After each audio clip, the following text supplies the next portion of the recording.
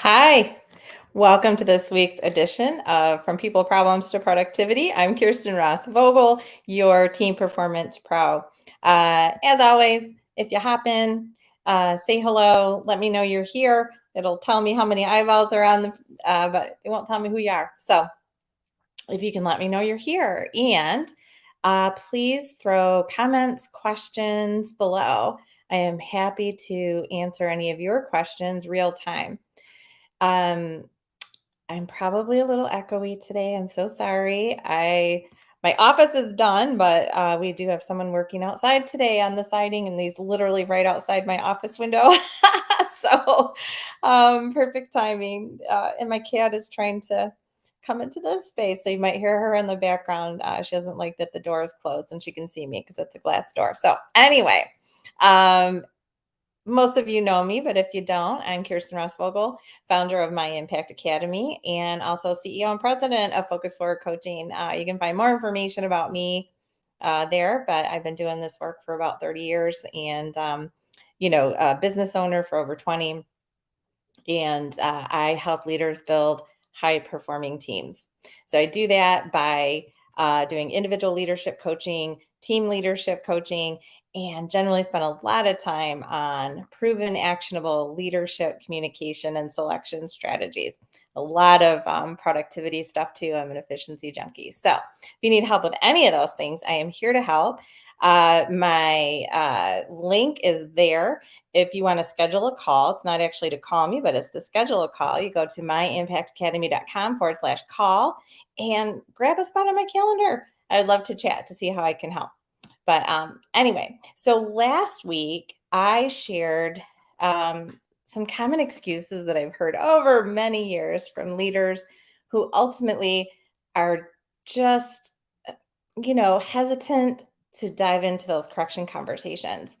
And I'll go over the list just super quickly in case you missed it. And if you missed it, though, go watch it. Wherever you're catching this, you can see last week's on the same feed: YouTube, LinkedIn, my Facebook group, Live and Lead for Impact. So, they're afraid that someone might get angry. And definitely people who are engaging in stay stuck strategies sometimes are angry. They're defensive. That's one of the stay stuck strategies. And that definitely can look like anger. But so there are strategies around moving through that. So that's not stopping you in your tracks. They have personal issues. I don't know how to start. Nothing changes anyway. If nothing changes anyway, there's a little snafu happening and you're holding people accountable. The good news, I always say the good news or the bad news, depending on how you choose to look at it. The good news is you're empowered as a leader to make the shift in your team.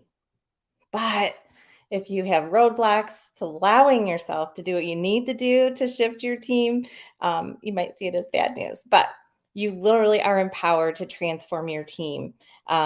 You design the culture of your organization, and that culture is either aligned with the objectives you're working to make with your business, or it's a culture designed probably by your team. And that's not the best. So um, they might quit. Oh my gosh, this is sometimes the best news. And I see people on, say hi. I want to hear who you are. Say hello. If you have questions or comments, drop them below. You can also send me a private message too. So if you don't want to do something publicly. I don't have time. This excuse is super fun because I know that the following week I'm going to hear they still didn't have time. And then the next time we talk, it's going to feel like it's just been too long since the thing happened. And so why talk about it? So, and then they're my friend, my aunt, my neighbor, my aunt's neighbor, my best client's son. I've literally had that one. All the relationship stuff outside the business. And we bring those people that we're in relationship with into the business, and then it creates challenges as we work to hold them accountable, similarly to how we're holding the rest of the team accountable. So those are some of the common excuses. So now I want to talk a little bit about consequences. So what can happen? And looking at consequences, this isn't about beating yourself up. This is hopefully to motivate you to dive into those correction conversations. They're powerful. And there are really very simple strategies that you can implement to get really good at them quickly. And if you get good at them, or just dive into them. So setting clear expectations, holding people accountable, you literally can transform your team very quickly. So, super important skill to have as a leader. And the good news is, once you implement these strategies and get good at holding people accountable, having good correction conversations that are effective, you don't have to use them that often because your team already gets it. They're like, hey, if they set expectations, I need to meet them.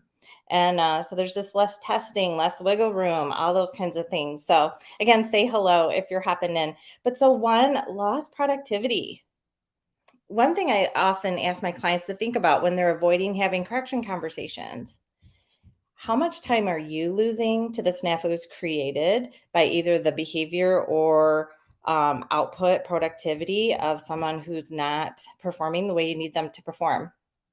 So there's the lost productivity for you, just time, but also the lost productivity for the team. So this can be just, that person not performing well, but also it creates that friction. And there are studies that say that teams average about 2.5 hours per week per employee on drama or friction, whatever you want to call it. And I think that number goes up if you're not having good correction conversations. Because think about it, what happens if one person's not performing well? Again, you have the lost productivity from that. Then on top of it, one person's frustrated. They're going to talk to another employee about it because they need to vent. That venting's not fixing anything. It's just their way of kind of maintaining some sanity. And it's not making things better. So it's not productive use of time. It's just lost time. So one thing that's really motivating to my leaders, and I encourage you to do this, if you're someone who's struggling to have good correction conversations, do a little bit of math.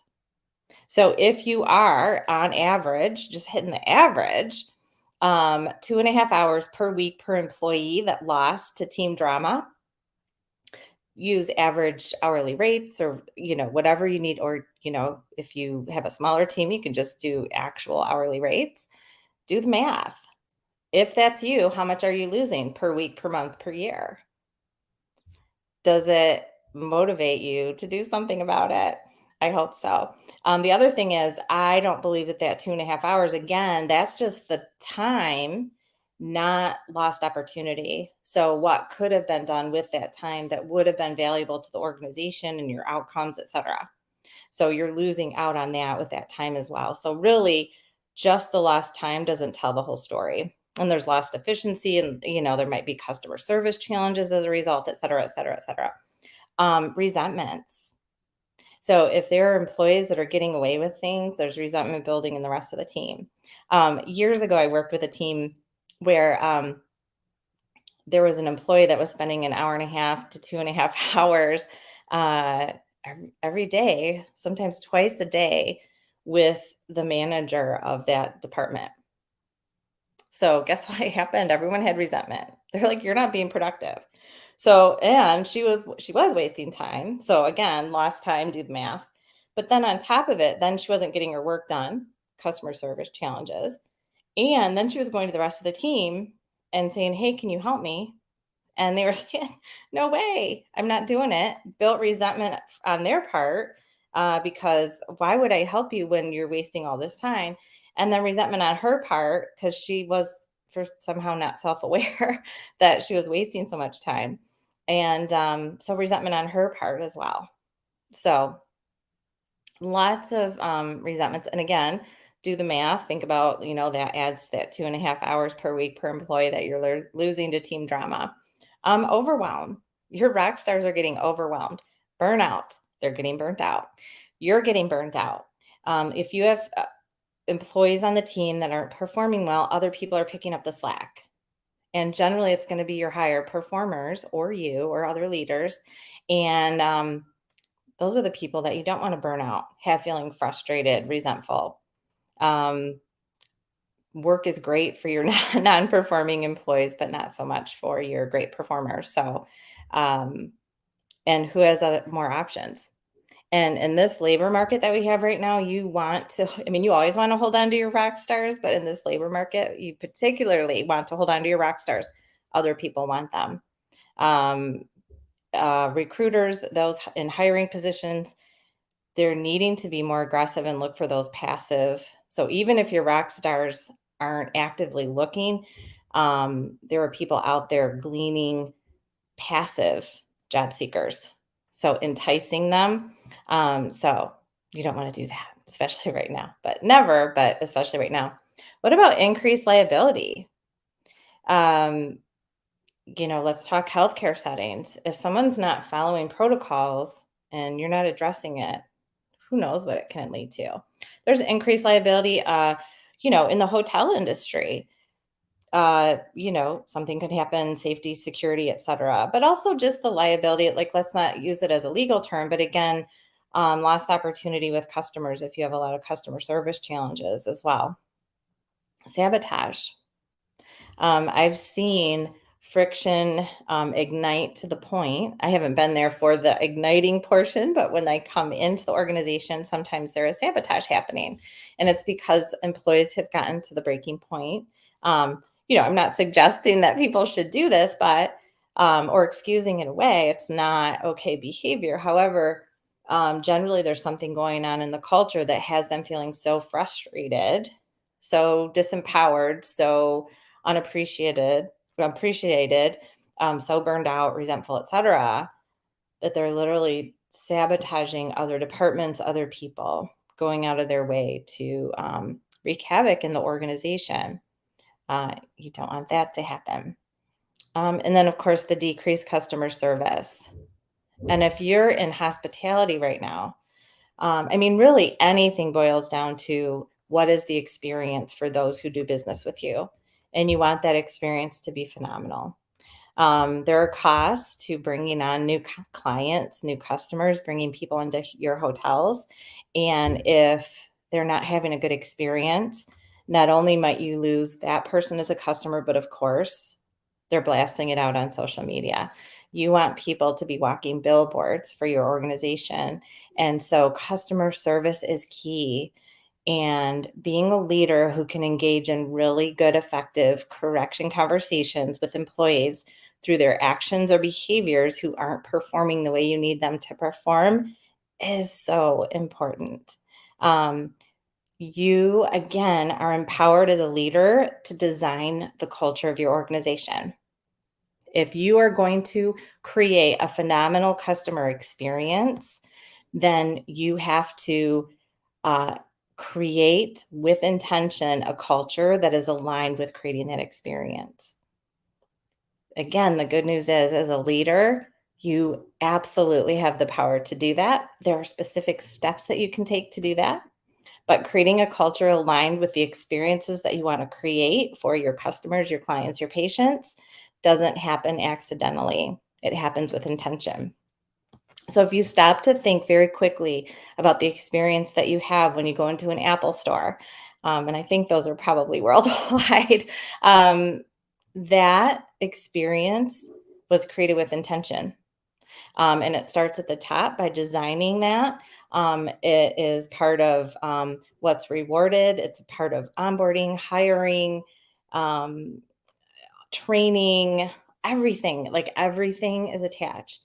And you, as a leader, in the moment to moment experiences that you're creating for your team, are communicating to your employees what's important to you. They want to feel like they're doing a good job. And so what you reward, what you ignore, what you get frustrated by gives them information. And so if you are avoiding correction conversations, you might be communicating to your team that poor performance, bad behavior, personalities that are not a fit or aligned with the experience you're trying to create for your customers, you might be communicating to them that it's okay. Maybe that you value it, and it's not what you want. So I hope that these consequences have got you thinking. I want you to think of your own personal circumstance. Again, if you are seeing yourself in any of these, grab a spot on my calendar, myimpactacademy.com/call. I would love to chat with you, or shoot me a private message or comment, ask a question below. And I look forward to connecting with you further and helping you build your high performing team. Again, I'm Kirsten Ross-Vogel. Thanks for listening and watching. And if you did not watch live, if you could do the pound replay, so I know you were here. And I look forward to catching up with you next week. If you are a part of the Impact Academy, I'm going to be going live in like half an hour. So I'd love to see you there. You can go there by going to myimpactacademy.com/join. All right. Take care. Have a great week, everybody.